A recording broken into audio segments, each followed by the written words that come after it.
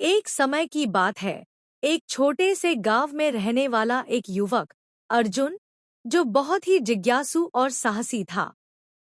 उसके गांव के पास एक घना और रहस्यमय जंगल था, जिसके बारे में कई कहानियां प्रचलित थी।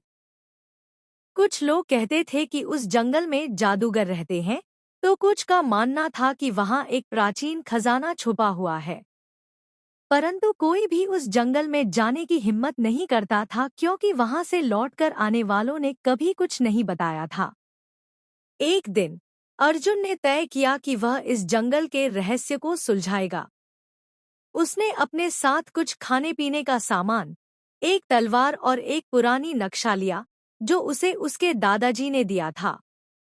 नक्शे पर जंगल के बीचों बीच एक बड़े पेड़ का निशान बना हुआ था, जिसके बारे में कहा जाता था कि वहां एक गुप्त द्वार है। अर्जुन ने जंगल में प्रवेश किया। शुरुआत में सब कुछ शांत और सामान्य लगा, लेकिन जैसे जैसे वह आगे बढ़ता गया, वातावरण बदलने लगा। पेड़ों की शाखाएं इतनी घनी हो गईं कि सूरज की रोशनी भी जमीन तक नहीं पहुंच पा रही थी। हवा में एक अजीब सी गंध थी, और दूर से कभी-कभी अजीब आवाजें सुनाई देती थी। कई घंटों की यात्रा के बाद अर्जुन उस बड़े पेड़ के पास पहुंचा। पेड़ का तना इतना चौड़ा था कि 10 लोग मिलकर भी उसे नहीं घेर सकते थे। उसने नक्शे को फिर से देखा और पेड़ के चारों ओर घूमकर कुछ ढूंढने लगा।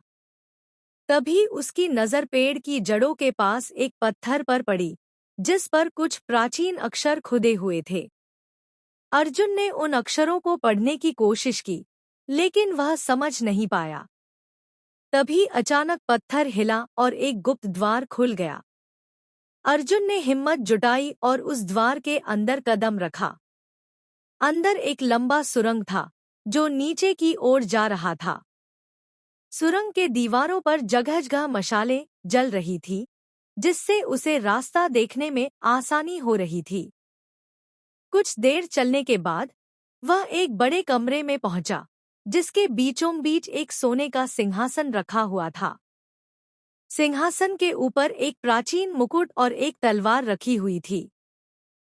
तभी अचानक कमरे में एक आवाज गूंजी, "कौन है जो मेरे राज्य में घुस आया है?" अर्जुन ने चारों ओर देखा, लेकिन किसी को नहीं देखा। फिर वही आवाज फिर से बोली, "अगर तुम यहाँ के खजाने को लेना चाहते हो, तो तुम्हें 3 परीक्षाओं को पास करना होगा।" अर्जुन ने हाँ में सिर हिलाया। पहली पा तभी अचानक कमरे में एक आवाज गूंजी, "कौन है जो मेरे राज्य में घुस आया है?" अर्जुन ने चारों ओर देखा, लेकिन किसी को नहीं देखा। फिर वही आवाज फिर से बोली, "अगर तुम यहाँ के खजाने को लेना चाहते हो, तो तुम्हें 3 परीक्षाओं को पास करना होगा।" अर्जुन ने हमें सिर हिलाया। पहली परीक्षा में उसे एक अंधेरे कमरे में जाना था और वहां से एक चाबी ढूंढनी थी।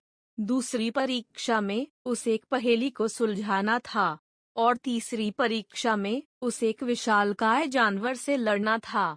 अर्जुन ने अपनी बुद्धिमत्ता और साहस से तीनों परीक्षाओं को पास कर लिया। जैसे ही उसने तीसरी परीक्षा पूरी की, कमरे में एक चमकदार रोशनी फैल गई और एक दिव्य आकृति प्रकट हुई। वह एक प्राचीन राजा की आत्मा थी, जिसने अर्जुन को बताया कि यह खजाना केवल उसी के लिए है जो बुद्धिमान और साहसी हो। राजा ने अर्जुन को वह मुकुट और तलवार दी और कहा कि यह उसकी बहादुरी का प्रतीक है। अर्जुन ने खजाने को लेकर जंगल से वापसी की। जब वह गांव लौटा, तो उसने सबको अपनी कहानी सुनाई। लोगों ने उसकी बहादुरी की सराहना की और वह मुकुट और तलवार गांव के इतिहास का हिस्सा बन गए।